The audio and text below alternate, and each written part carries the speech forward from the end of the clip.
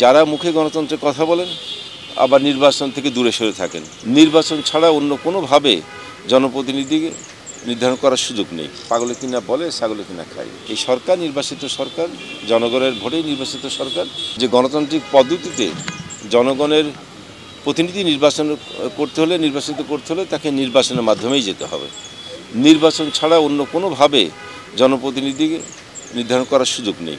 যারা মুখে গণতন্ত্রের কথা বলেন আবার নির্বাচন থেকে দূরে সরে থাকেন, এরা আসলে গণতন্ত্র বিশ্বাস করে না। নির্বাচনে যেতে তাদের ভয়, কারণ জনসমর্থন না থাকলে সেটাতে ভয়ই থাকার কথা। তো বিএনপির এখন সেই দশা হয়েছে, জনসমর্থন না থাকার কারণে তারা সব কিছুতে ভয় করে নির্বাচন থেকে দূরে থাকছেন। আর এই দূরে থাকাটাকে যুক্তিসঙ্গত বা জাস্টিফাই করার জন্য নানা ধরনের অসত্য মিথ্যা কথা বলে যাচ্ছেন। পাগলে কিনা বলে, ছাগলে কিনা খায়।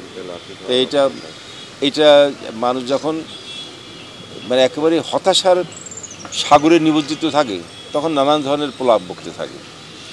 এই সমস্ত প্রলাপ নিয়ে কথা বলা, শোনা, এগুলো আমার মনে হয় যে কোনো কারণই নেই, যুক্তিগত নেই।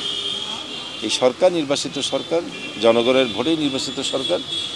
এই সরকার তারা পূর্ণ মেয়াদকালীন পর্যন্ত থাকবে, থেকে আবার তাদের দায়িত্ব পালন করে আবার পরবর্তী নির্বাচনের সময় জনগণ আস্থানে আবারও নির্বাচিত হবে। 1, 2, 3 ঢাকায় জমি জিতে নিন 100% ক্যাশব্যাক সহ 20 কোটি টাকার পুরস্কার। আমরা 2009-8 সালের পরে সরকার গঠনের পরে 2009 সাল থেকে সরকার গঠনের পর থেকে বিএনপি এবং জামাত তারা সরকারের পতনের জন্য আন্দোলন করেছিল, এক দফার আন্দোলন দিয়ে। প্রতি বছরই তারা এই কথাই বলেছিল যে এই সরকার আর বেশি দিন সময় নেই। তো 2009-এর পর থেকে আজকে 2024 সাল পর্যন্ত টানা ক্ষমতায় আছে আওয়ামী লীগ।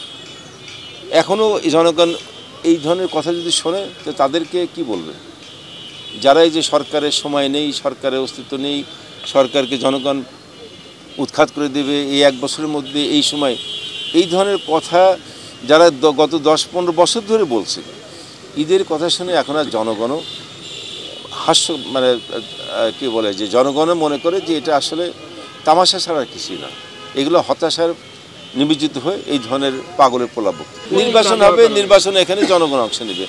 নির্বাচনে এখন কারো যদি সক্ষমতা না থাকে, সে নির্বাচনে না আসে, সেটা তাদের ব্যর্থতা। নির্বাচন তো সবার জন্য উন্মুক্ত ছিল। স্থানীয় নির্বাচনে এখানে সবার জন্য উন্মুক্ত করে দেওয়া হয়েছিল, সেই উন্মুক্ত আছে। যারা নির্বাচনে অংশ নিয়েছে তারা ভোট করতেছে।